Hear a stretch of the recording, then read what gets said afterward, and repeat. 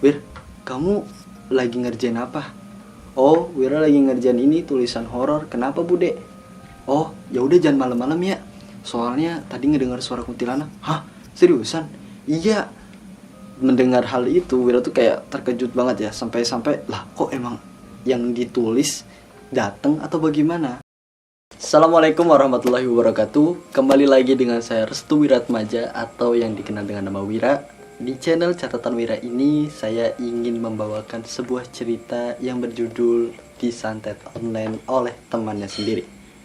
Jadi ini adalah kejadian kisah nyata yang terjadi pada bude saya di tahun 2020, tepatnya saat saya masih berada di kota Cirebon.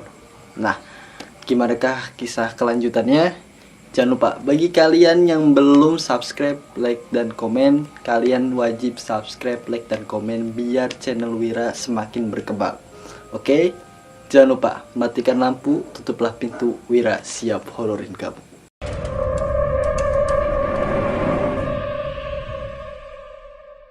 Oke, kejadian ini bermula pada bulan Agustus 2020. Saat itu, kebetulan bude ini memiliki teman yang mana temannya ini didapatkan dari hobinya, yaitu senam. Tiap pagi dan juga sore bude ini selalu senam bersama dengan teman-temannya. Karena rata-rata yang mengikuti senam itu adalah ibu-ibu golongan menengah ke atas. Otomatis mereka yang mengikuti senam itu golongan-golongan orang yang bisa dibilang sangat lumayan gitulah secara penghasilan. Nah, bude itu diajak nih sama salah satu temannya untuk senam di salah satu tempat di kota Cirebon. Ya, tempat itu sangat sering kali untuk digunakan senam oleh orang-orang sekitaran. Nah, awal-awal mereka ini senam tampak biasa-biasa aja. Perkenalan juga didapatkan ketika bude itu merasakan adanya kecocokan komunikasi antara bude dan orang tersebut. Sebut aja orang itu namanya Ibu Dita. Ibu Dita ini merupakan salah satu anggota kepolisian. Ya bisa dibilang entah dianya itu anggota kepolisian atau mungkin suaminya yang merupakan anggota kepolisian. Karena memang dari keduanya itu salah satunya ada yang bekerja di kepolisian. Selepas itu akhirnya bude bertukaran nomor nih, nomor WA, dan mereka pun berkomunikasi lewat WA atau WhatsApp. Hari berikutnya Ibu Dita itu mengabarkan nih, kapan nih mau senam lagi? Akhirnya bude tertarik dengan ajakan dari Ibu Dita. Selepas itu mereka pun senam lagi di tempat yang sama dan di jam yang sama, yaitu pukul 4 sore. Dan setelah senam, bude ini diajak jalan-jalan di sekitaran Cirebon, lalu dikenalkan dengan teman-teman yang lain yang ternyata merupakan anggotanya adalah ibu-ibu sosialita. Ya, kalian tahu sendiri kalau misalkan mereka itu rata-rata adalah ibu-ibu sosialitas semua. Selepas perkenalan itu berlangsung, akhirnya semakin dekat dan semakin dekat. Nah, karena memang udah sering banget ketemu, akhirnya bude itu mau nih mengajak Ibu Dita ini untuk mendatangi rumahnya yang berlokasi dekat dengan rumah Wira sendiri. Ya, bisa dibilang bersebelahan gitu kan. Alhasil, Ibu Dita itu menerima tawaran yang diajukan oleh bude untuk mendatangi rumahnya bude yang ada di dekat rumah Wira. Saat pertama-tama Ibu Dita ini mengunjungi rumah bude, nah bude ini kayak ngasih tahu nih kalau bude itu adalah seorang pengusaha dan penghasilannya seperti ini, dan dia itu memiliki anak, dan dia dibongkar secara keseluruhan. Ibu Dita yang melihat secara kompleks keterbukaan dari bude itu kayak takjub gitu ya. Baru kenal tapi langsung akrab dan langsung memberikan keterbukaan yang sangat signifikan. Alhasil disitulah letak dimana Ibu Dita itu sangat tertarik kepada bude. Namun entah mengapa setelah seringkali diajak senam, Ibu Dita itu kayak merasa ini bude ini memang orang yang sangat benar-benar memberikan hal yang diinginkannya. Kalau misalkan diajak ke sini mau, diajak ke sana mau, dan setiap kali diajak pun kemanapun itu mau. Ini merupakan langkah awal Ibu Dita ini seperti ingin mengambil sedikit demi sedikit harta yang dimiliki oleh bude. Itu secara keterbukaannya itu sendirilah yang membuat Ibu Dita ini sangat tertarik kepada bude. Singkat cerita, pada suatu hari Ibu Dita itu datang lagi ke rumah Bude. Nah, kebetulan saat itu Wira lagi ada di satu ruangan atau satu kamar yang biasa digunakan untuk mengerjakan tugas. Nah, saat itu Wira itu lagi ngerjain sebuah skrip atau tulisan yang berjudul Astana Kala. Dan saat dituliskan, Ibu Dita itu seperti tertarik karena melihat ada salah satu anak yang dia ini sangat etos kerjanya sangat tinggi. Bisa dibilang kok ini anak kayak fokus banget gitu ngerjainnya. Akhirnya Ibu Dita pun menanyakan kepada Bude mengenai Wira itu sendiri. Kalau anak itu namanya siapa? Kok kayaknya dia fokus banget ngerjain tugasnya. Bude pun akhirnya menjawab, oh anak ini tuh ponakan saya. Namanya Wira, dia emang sedang berkuliah dan memang salah satu dia itu memiliki kelebihan seperti menulis atau sebagainya. Akhirnya Wira juga dibongkar tuh terhadap kepada Ibu Dita sendiri lewat Bude. Selesai itu, Ibu Dita ini semakin kayak penasaran banget nih sama Wira. Akhirnya dia ini secara mendekat dan dia itu ingin menanyakan secara langsung kepada Wira. Namun karena Wira itu kayak cuek gitu ya, jadi Wira nggak ladenin hal itu. Dan selepas itu Wira cuek dan nggak ladenin. Dan beberapa hari kemudian, entah karena memang ada selek atau mungkin ada satu pertengkaran di antara keduanya, Bude itu sering banget nih ke rumah. Jadi Bude itu sering di rumah dan jarang banget untuk pergi senam. Tepat di malam Jumat, Bude ini dikirimi sesuatu oleh Ibu Dita. Kirimannya itu seperti bentukan gambar, yang mana dia ini mengatakan kalau gambaran ini nih dia dapatkan dari orang tuanya. Entah itu mungkin dari orang tuanya atau memang sekedar mengirim kepada Bude. Alhasil, kiriman itu pun dibaca oleh Bude dan dilihat ternyata gambarnya adalah bentukan dari raja. Kalian mungkin tahu ya, teman-teman semua, itu bentukan dari raja. Ya seperti kayak tulisan-tulisan Arab yang mungkin atau sulit dibaca dan itu sangat rumit sekali secara tulisan ataupun secara perlengkapan itu sulit banget untuk dibaca. Selepas itu akhirnya Bude yang mengatakan, oh ya udah nanti mungkin saya tanya kepada orang yang lebih paham tentang ini. Nah, beberapa hari kemudian, tepat di mana Bude ini merasakan punggungnya itu sakit. Jadi hari setelah dia itu dikirimi oleh kiriman tersebut, punggung Bude itu agak sakit. Di bagian kanannya itu seringkali terasa nyeri. Setiap kali Bude itu ingin mandi, itu seperti kayak ada sesuatu yang memukul-mukuli punggungnya. Ya Bude kira ini mungkin rematik ya. Karena Bude juga sering banget untuk senam dan datangnya itu sore hari atau bahkan menjelang maghrib dan mandinya pun malam-malam. Mungkin penyebabnya adalah rematik. Akhirnya keesokan harinya Bude itu mandinya itu dipercepat, enggak jam menjelang maghrib lagi, kurang lebih sebelum asar atau mungkin setelah asar. Namun sama aja nih, Bude itu kayak ngerasain sakit lagi.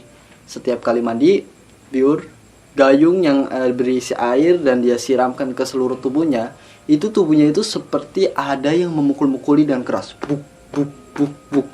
Mungkin jika diibaratkan, yaitu ketika kita ini sedang mandi, tapi gayungnya itu bukan berisi air, melainkan batu. Kalian bayangin kalian lagi mandi dan gayungnya itu bukan berisi air tetapi batu, dan ketika dicibukin bruk bruk bruk, itu pasti sangat sakit banget nih punggung.